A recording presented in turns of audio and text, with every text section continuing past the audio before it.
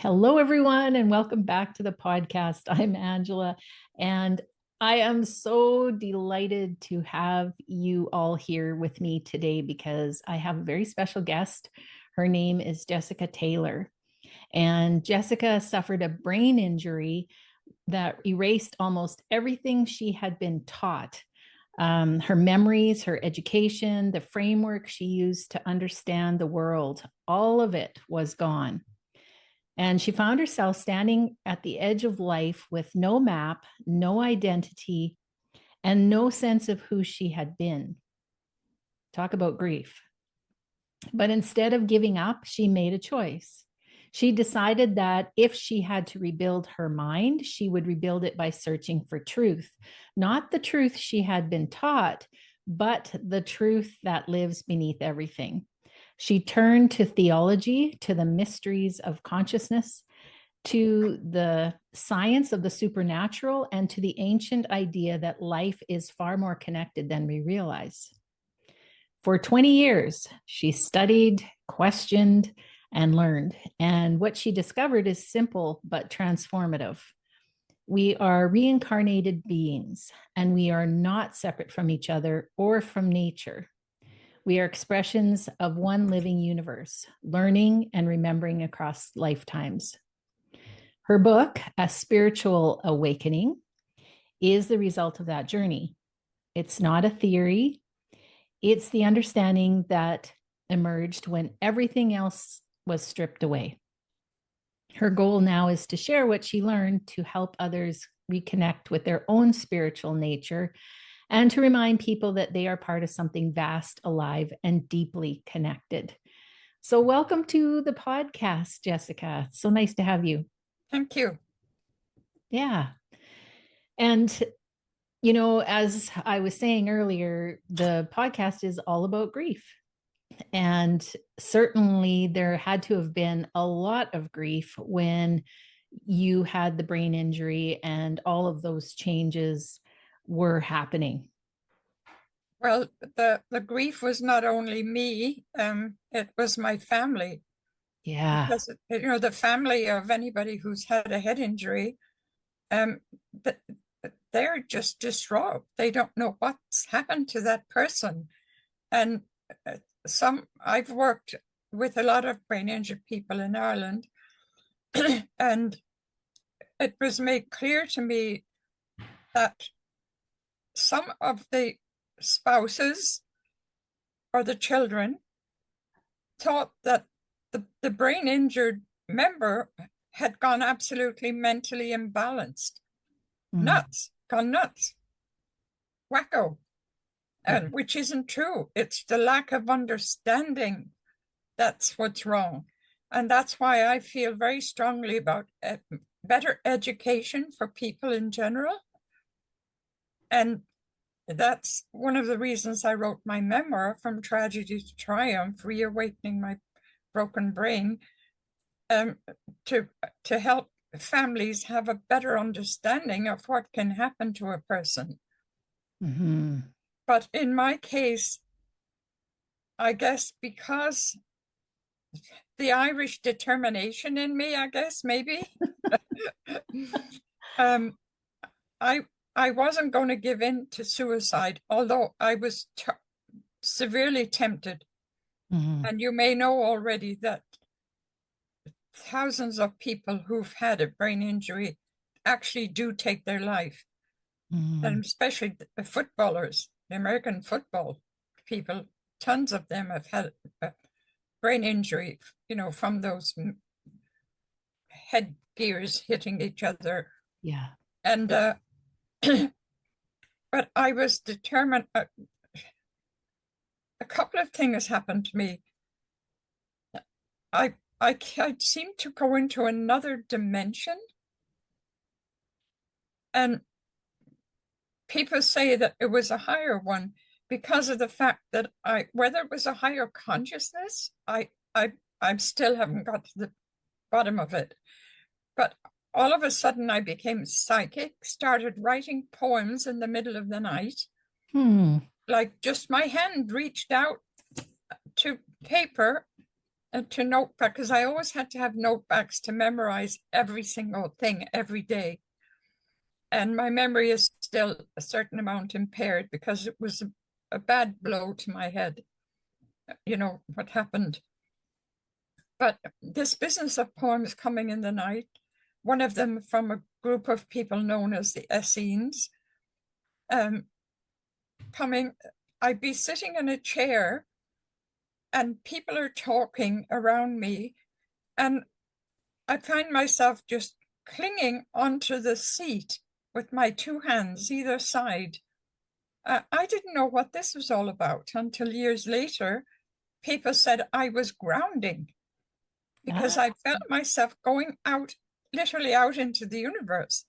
This is the strangest thing that people realize it happened to me. And I didn't know, am I in a subconscious state with what's happening to me, or a subconscious state? To this day, I'm still not 100% aware of what it was, but I was certainly not on this plane of existence. That's all I can say. I was not, with all of these things suddenly happening in my life. And so then I realized I'm not going to take my life. I can't do this. I have some reason to stay on. And I started research. And now I share that with head injured people, that this research that I did and entered into my book, A Spiritual Awareness, is actually helping people. Their feedback is, they say that it's giving a new perspective on life in general, a complete new perspective. And another thing I share with even organizations is the fact that we have a synaptic cleft that goes in between every brain cell. That synaptic cleft, some writers have said that the peak of that cleft has quantum energy. Now, why is it that only the brain cells are discussed with the medical profession after a brain injury? Never the synaptic cleft. Now, something must happen to that synaptic cleft that goes in between. Why would it just be cellular damage and not that cleft injured some way or altered in its frequency? Because everything has, frequency. yes. And so has that synaptic cleft. And that's the only thing that I can surmise as the possible reason for my change of personality, going on a different dimension, whether it was a higher conscious state or whatever it was, is very important for the medical profession to know. And the other thing that happened to me is I haven't had a jealous thought in my head or a hateful hate, envy, greed, or anger ever since that day. They are totally disappeared. Not once have I had them in all of the 60 years since my injury. So that's in an altered state of persona as well, Yes. And I believe it should be looked into. But my research kind of opened up my spiritual nature, which I think we all have, but we're not aware of all the time. And what I learned for that second book, A Spiritual Awakening, what I learned was for me, just for me. But then when I realized, oh my God, I've got so much, I can't keep all this to myself. I've got to share it with people. So that's why I put it into a book. Wow. Yeah, that's amazing. So how did you rebuild after this? You had this brain injury. Um, who supported you and how did you get through that? unfortunately, there wasn't a support in terms of the medical profession. It happened in Toronto, and I was taken to Toronto General Hospital, where there was no CAT scan, no MRI. So I was left out into the world with undetected brain injury, Wow. literally. And Wow. so I had to learn the hard way, everything all over again. You know, I met men who took full advantage of me. I was 31 and pretty attractive, right? Which didn't help, I don't think, in my case. And um, you know, a lot of bad things happened to me in terms of meeting the wrong people, but then good things happened to me meeting the right people. So it was a combination of both. Yeah. And I choose to listen to the right people, not the bad people. And I was very fortunate enough to have, well, I read hundreds of books. And that, I believe, too, is something the medical profession should look into. I believe I was stimulating the dormant neurons of my brain through 20 years research for this second book. 20 years it took, because of the fact that I have to do everything on a slow pace because of my injury, because a brain injury, unfortunately, is for life. You know, you're left with certain debilitations in the brain cell area, you know, and of course I had a tremendous whack on my head. I fell down 15 stairs, and a steel-plated, 12-inch steel-plated door was waiting for me at the bottom with my name on it, you could say. Oh, So it was, so therefore I had cellular injury with the impact going like this. That means the cells were injured either side, the back, front, all over the place. So it was extensive injury. And to be left out in the world, you know, with undetected brain injury, it was actually 6 years after it happened that somebody was worried about me in long dresses and wearing unusual clothes and just acting so weird, that she sent me to a psychiatrist. And he actually used the words brain injury. But even then, it didn't register fully, because what did I know about injury? I didn't know enough about brain injury. We don't get taught this, you know? Right. It's something that should even be in schools. But then I think how I blossomed the most was the fact that I did all that 20 years research, and was fortunate enough to have been befriended by a canon of the Roman Catholic Church who was 90 years old and retired. And this is when I was back and forth to Ireland from Canada, just trying to find myself and going all over the place. It was all higgledy-piggledy, it really was. But the good that came out of it was meeting that man. Honest to goodness, I was brought up a Protestant, even though I turned myself an agnostic, and because of the terrible rivalry between Roman Catholic and Protestants in Ireland during my upbringing. You know, it was devastating. But this canon, he just really liked me a great deal. And he actually, because he was retired, he didn't mind us going over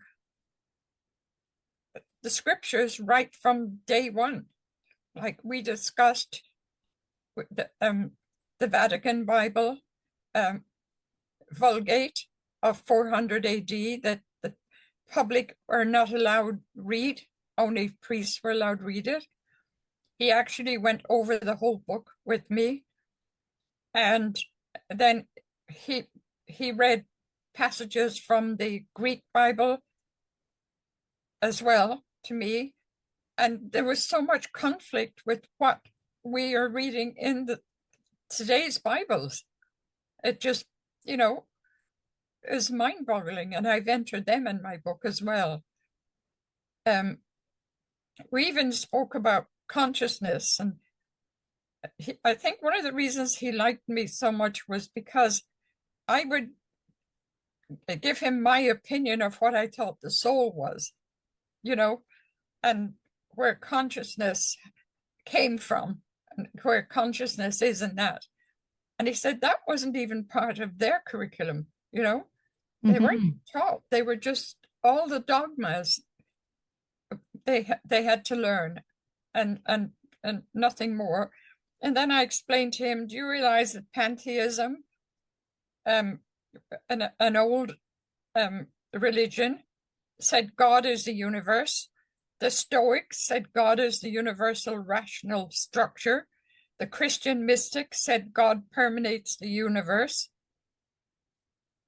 And the Hindus say that the universe is consciousness itself. And this just absolutely fascinated him. I'm standing up in his sitting room and he's sitting down, which is, you don't do that in a canon's house, especially a Protestant, brought up a Protestant. So we had that share of fun out of what was going on. He even said one day, oh my heavens, you're standing up and I'm sitting down. But the secrets that he taught me, he didn't have to do that. He really didn't. But he knew that I was on a different vibration. Or, he realized that I was on a different dimension or some kind of higher consciousness going on, that I learned all of this. And I explained that as far as I'm concerned, the universe has a consciousness that we're all affiliated with. We're all part of that consciousness. And I think there's a lot of people now who are talking about the consciousness of the universe, that is us. And that's our link with the universe. And even Oprah said, the universe is God, as far as she's concerned, that God is the universe. And a lot of people listen to Oprah. That's for sure. She's a very popular woman. Absolutely. Yes. Yeah. And we discussed reincarnation as well, which he wasn't allowed to teach. Right. And he agreed with me that it was the Emperor Justinian. See, obviously on the side, they read a certain amount of literature themselves, but they don't talk about it to their public, Right. But they have it in the back of their mind for themselves, because he knew about the Emperor Justinian in the year 400, who ruled out reincarnation and literally wrote threats to people. And I put the whole 13 threats in my book, Spiritual Awakening, curses on people who believed in it. Okay. And yet there were people like Bishop Origen wrote about reincarnation. He agreed with me there. And St. Gregory wrote about reincarnation. Plato, Einstein, all of these brilliant minds, wrote about it and studied it. And we even went as far as me telling him that I had researched Jesus's life in the East when he was known as a man called Issa, Issa.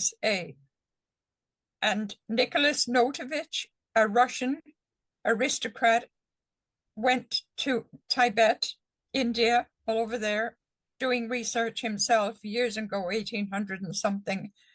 He fell off a donkey, and fortunately for him, there was a Buddhist monastery nearby where he fell, and they looked after him. And what did they give him? They gave him the whole manuscript about Saint Issa. And when he read that, he knew that Saint Issa was Jesus, who was in India, all of those missing, all those years after the crucifixion. Yeah. And So we just had, the two of us together in that sitting room talking should be a documentary. Yeah, it sounds like it. Like that's so fascinating. I know, but Yeah. he's passed now, so he never got to read my book. But Mm, I know he's there, and I know he knows what's happening. I just know that as well from all of my research that has enabled me to realize that there's only the death of the body and not the soul, the higher soul, yeah, Yeah. absolutely. Yeah. So, you're giving us little glimpses of what's in the book. And I think people can appreciate that this is going to be a very interesting read. What else can people, you've given me some feedback that you've gotten from the book. What else can people expect? Um, I think mostly the awareness of that they're one with all mankind, that there's no separation. And we even have a oneness with the consciousness that is existing, that I call God consciousness, is trees are a part of it, flowers, insects, even to the smallest insect, every animal. I mean, look how clever they are. Look what they think and do.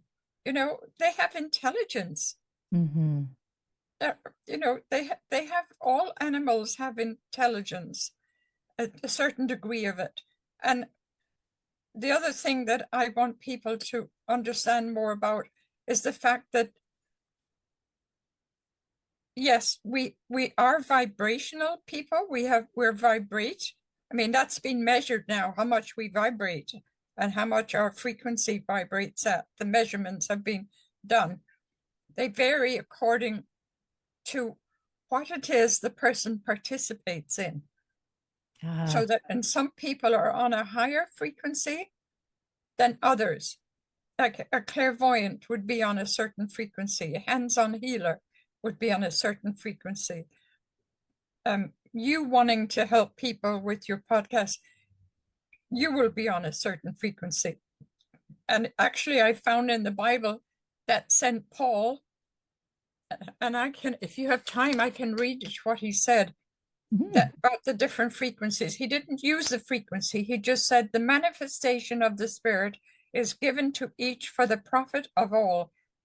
To one is given the word of wisdom through the Spirit, to another the word of knowledge through the Spirit, to another faith by the same Spirit, to another gifts of healing, to another the working of miracles, to another prophecy, to another speaking different kind of tongues. See, all that is important with St. Paul.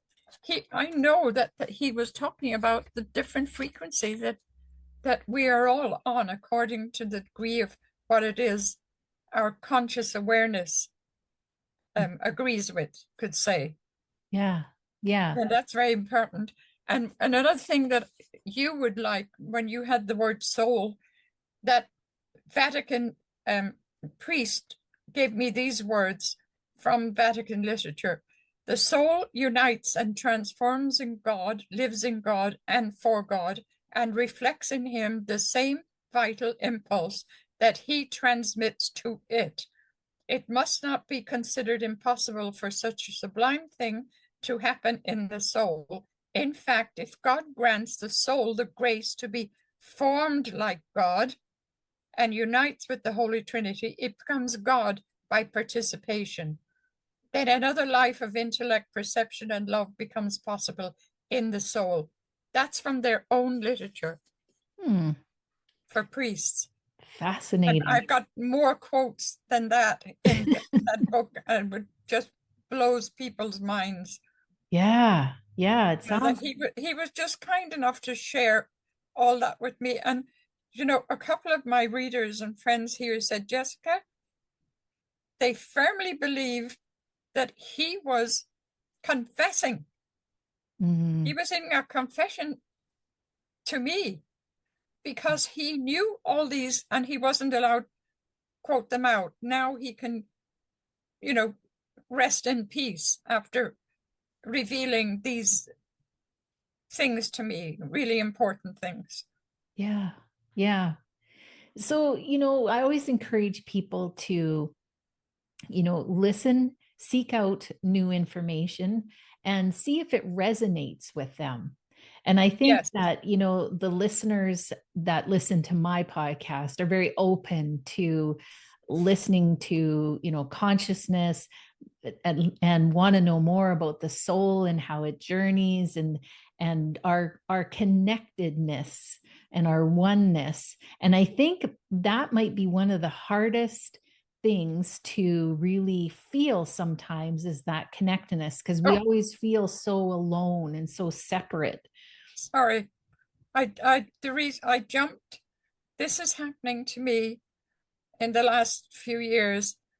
I just was looking at you Mhm. and I was thinking about your frequency and thinking, oh my God, it's tremendously high. And this jump, I don't know where it comes from. I have no control over it.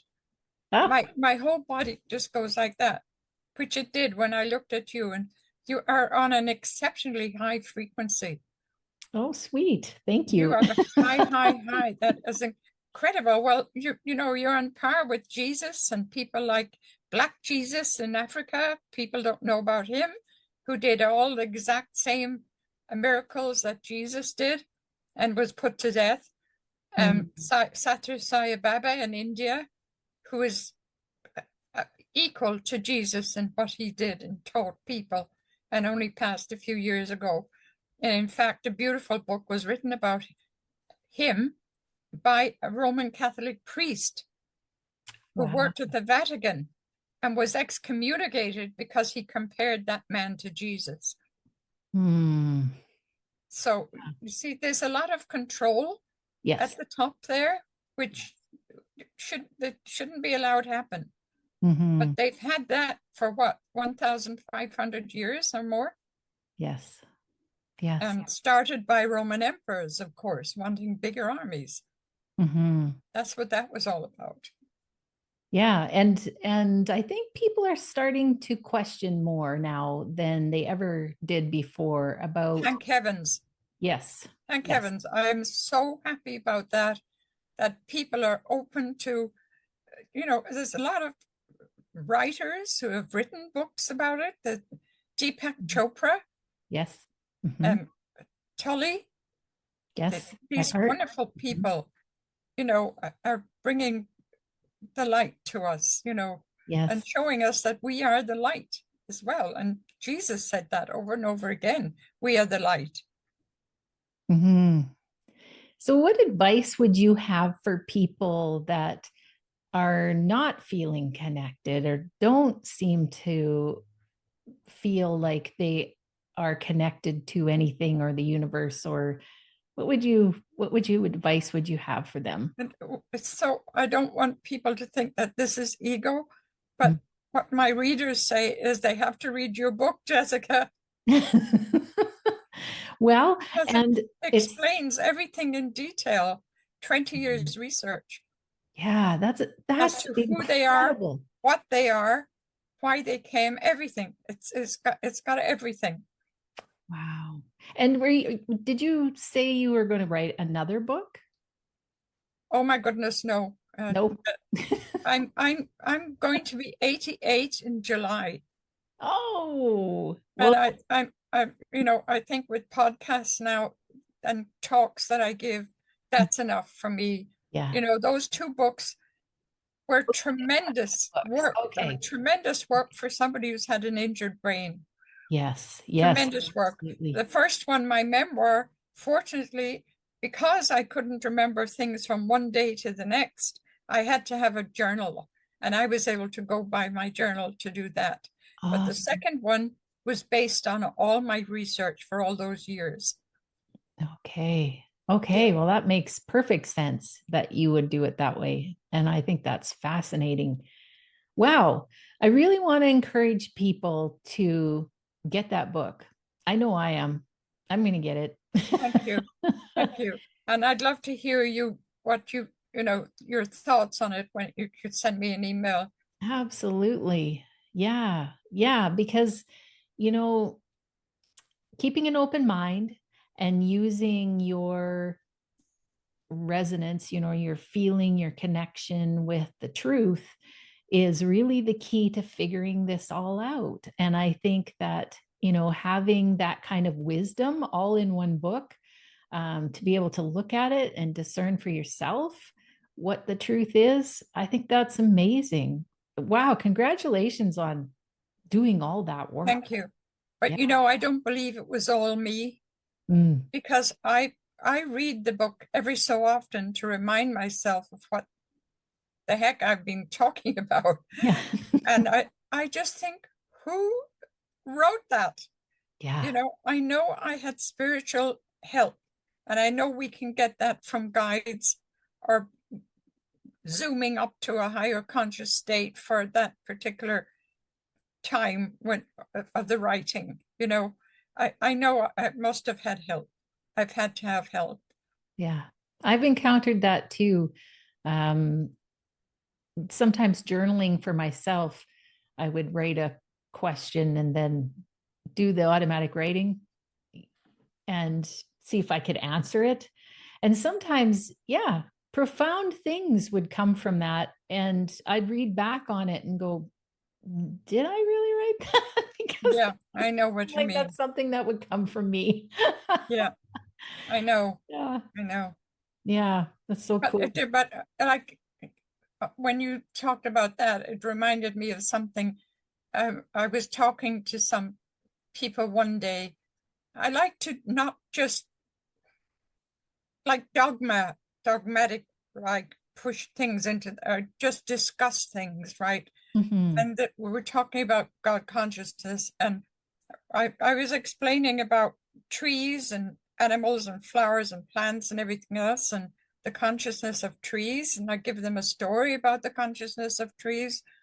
That there is actually in some country, there's a tree that some animal was biting the leaves. I think it was a giraffe was eating the leaves, and the tree didn't want that. So it sent out a kind of a disgusting smell on the leaves so that they would stop. How can a tree think to do that if it doesn't have consciousness? And the Absolutely. adjoining tree, the neighbor tree, then put the same smell out onto its flowers. And but they were said, well, that's been proved, and that scientifically proved, so I understand that. But then somebody said about the flowers, and I said, look how the flowers come up, and with these beautiful flowers come up, plants come up, they know the time of the year to come up. Mhm. That's consciousness and everything else. And I said, well, then one young fellow, he said, well, the sun does all that. I said, well, how about the smell of the flowers? Can the sun do that? No. So they Well, kind of agreed what with you're me. talking about there really, it seems so simple, but yet it's so profound. I mean, it's something that we see every day and we maybe take for granted, that all is happening all around us and it is all a part of us. And it's just fascinating to hear you talk that way. I mean, it's not what you're saying, it's the way you're saying it. And I think that, people are going to find that connection with you. And I hope that they do go check out your book. And do you have a website too? Or are you Yeah, on? yeah. It's jessicaetaylor.org. .org. Okay. All right. Well, I that's had to put awesome. E for Elizabeth in because there's too many Jessica Taylors around. Oh, yeah. And I think one of them is a hooker. Oh.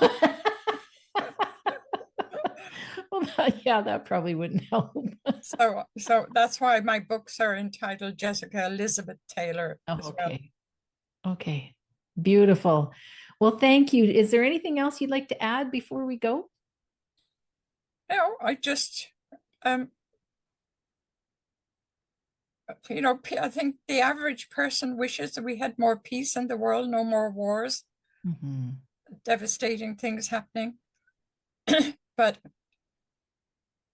a lot of them are based on religious beliefs, and clashing of religious beliefs, So true. um, which is sad.